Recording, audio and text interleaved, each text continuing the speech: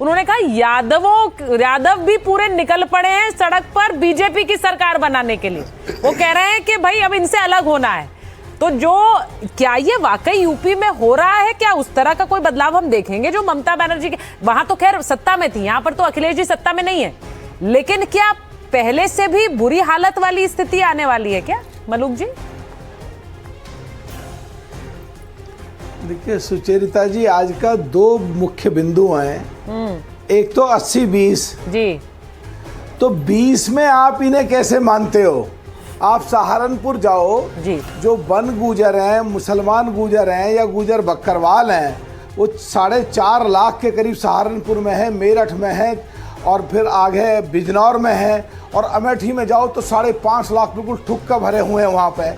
वो मुसलमान हैं जो पाकिस्तान हिंदुस्तान की बाउंड्री पे 600 किलोमीटर रहते हैं, जिनका हर तरीके से 370 हटने के बाद जो खुशियाँ मनाई, और या उनको कहो जो ये एसटी में आते हैं वो लोग, शेड्यूल ट्राइब्स में जो लड़ा के रहे देश के लिए जाने दी उन लोगों ने, तो वो तो खुल के एनडीए को सपोर्ट कर रहे हैं। तो 20% में इन्हें कहाँ गिनते हो? दूसरा आपने कहा पीडीए, अरे पीडीए इनकी कैसे है भाई? ये 17वीं लोकसभा में माननीय प्रधानमंत्री ने कहा मैंने इतने पिछड़े मिनिस्टर बनाए, इतने दलित मिनिस्टर बनाए, उसकी नकल करके आज राहुल गांधी जी और उसके साथी लोग अगर पीडीए की बात करते हैं तो देश के इतिहास में पहली बार ऐसा है जहां पिछड़ा देश का इसका माननीय प्रधानमंत्री हैं, और दलित कहो या आदिवासी कहो या शेड्यूल ट्राइब्स कहो, इस देश की महामहिम राष्ट्रपति जी हैं जो दलित समाज से या शेड्यूल ट्राइब्स से आती हैं, एसटी से आती हैं जो, और पिछड़े समाज से ही देश के उपराष्ट्रपति आते हैं। हाँ। तो देश में पहली बार ऐसा कॉम्बिनेशन है, तो इनका पीडीए कैसे हो गया? पीडीए भी हमारा, 80% भी हमारा, 20% में हमारी साझेदारी। तो राजभर जी का स्टेटमेंट सही सिद्ध होता है। ये है कहाँ सुचेरिता जी? ये है कहाँ, लेकिन वो कांग्रेस का हाथ पकड़ रहे हैं। उनको शायद लग रहा है हाथ पकड़ के वो नैया भी पार होगी इस बार। यादव जी बोल रहे थे अभी थोड़ी देर पहले कि हमें नहीं पता है, पर अजय जी आपसे पूछ लेती हूँ, क्या लग रहा है ग्राउंड पर? अजय जी, बहुत दिनों बाद आपसे साक्षात्कार हो रहा है टीवी पर, जरा बताइए ग्राउंड पे हो क्या रहा है? हाथ मिल रहे हैं कि नहीं मिल रहे हैं? जी सुचेरिता जी, देखिए ख्याली पुलाव कोई भी पका सकता है। एक्चुअली में भारतीय जनता पार्टी और उनके जो ये नॉन बायोलॉजिकल के सहयोगी लोग हैं, ये इल्यूजन में है। इल्यूजन समझती हैं आप? भ्रम, इन्हें भ्रम है।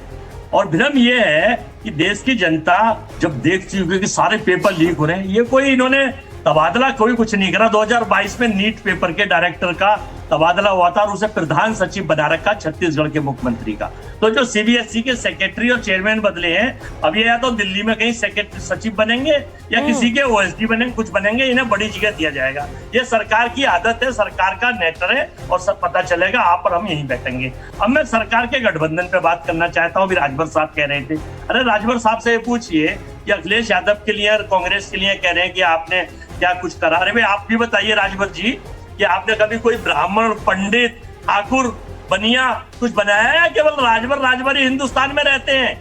और ये सुन लीजिए, ये जो बैठे हुए हैं यहाँ नागर जी, ये तो अभी थोड़े दिन बाद फिर हमारे साथ आ जाएंगे। इनका तो कोई भरोसा नहीं है, तो बेपेंडी के लोटे हैं। इन्हें तो सत्ता चाहिए, इनकी पार्टी को, इनकी पार्टी को सत्ता चाहिए। मलूक नागर जी आपके साथ आ जाएंगे, मतलब अखिलेश जी के साथ? भाई मलूक नागर जी आप कह रहे हैं तो आप वहां चले जाएंगे?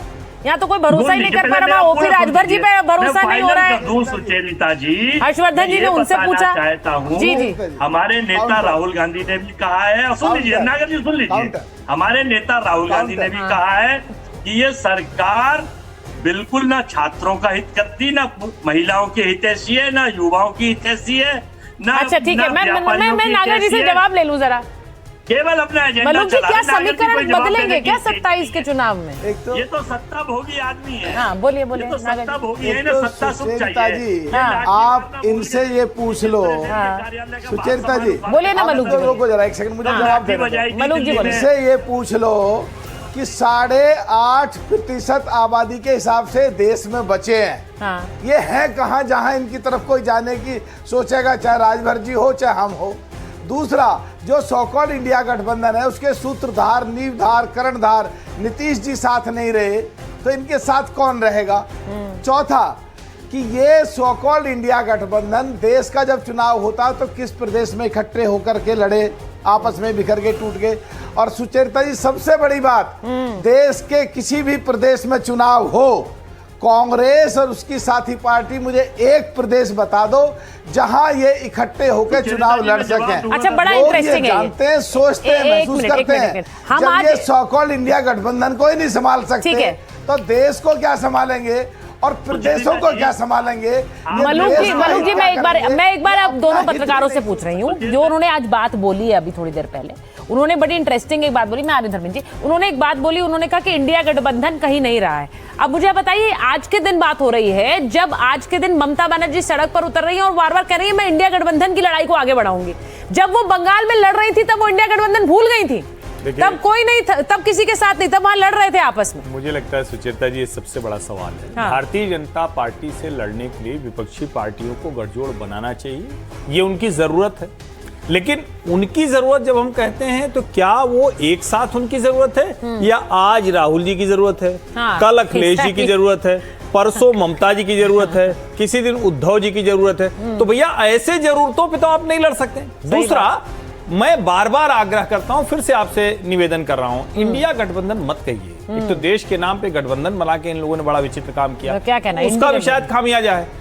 कोई गठबंधन जैसी चीज है नहीं। इनको बताना चाहिए कि हम यहाँ इस राज्य में ऐसे हैं, कम्युनिस्टों से वहां लड़ते हैं, और इसमें भी कोई बुराई नहीं कि अगर आप अलग अलग जगह अलग गठजोड़ कर रहे हैं। लेकिन जरा सोचिए, ममता बनर्जी के साथ विपक्षी नेता तो छोड़िए, अपनी पार्टी के सांसद विधायक आज नहीं है। अरे यहाँ 4-5 लोग बमुश्किल से बोले। एग्जैक्टली। अब ये बड़ी अजीब सी तस्वीर थी। धर्मेंद्र जी कह रहे हैं मुझे नहीं पता गठबंधन है कि नहीं है, अभी नहीं कह सकता हूँ। सतीश जी, आपको लग रहा है कांग्रेस और नहीं है भाई, ये सपा स्वीकार है, बड़ा अच्छा है। कांग्रेस और सपा साथ आएंगे 27 के लिए? हमको लगता है दोनों की व्यवस्था है, वो एक साथ आएंगे। यही बातें कही जा रही थी 2024 के चुनाव से पहले, कि सब बिखरे पड़े हैं, अलग हैं, लेकिन आ गए थे और आके इनको पता नहीं 33-32 पे उतार। सर, वो केंद्र का चुनाव था, केंद्र का चुनाव। अब ये राज्यों में तो आप देख रहे हैं सिर फुटबॉल हो रहा है राज्यों में। तो सुनिए ना, अरे केंद्र में अगर भाजपा नहीं है तो उत्तर प्रदेश में क्या मतलब है? हाँ, राज्यों में सिर्फ अव्वल था, वो नहीं। क्या, कहाँ पे? राज्यों में तो हर जगह एक दूसरे के खिलाफ है। इसी से 32 उतर गए क्या?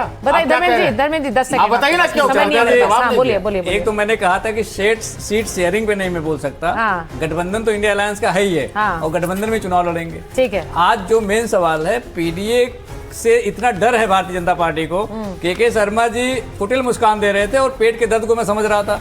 आज ओम प्रकाश राजभर जी भी पीडीए से इतने डरे हुए हैं, इनका डरे हुए हैं कि नहीं पता है, लेकिन लड़ाई तो आप रोज कर रहे हैं, आपके साथ रोज मोर्चा खोले हुए हैं, रोज मोर्चा खोले हुए हैं। ये बड़ा क्लियर है, ये रोज बड़ा क्लियर है, रोज मोर्चा खोले हुए हैं। मेरे पास समय नहीं है क्योंकि आज ओपी राजभर जी हमारे साथ लाइव जुड़ गए, तो उसमें बहुत सारा समय चला गया। लेकिन मैं आपसे उम्मीद कर रही हूँ कि जो बातचीत हुई है उससे आप ये तय कर सकें कि आने वाले समय में कैसे समीकरण बन सकते हैं या कैसे समीकरण बिगड़ सकते हैं। बहुत बहुत धन्यवाद आप सबका।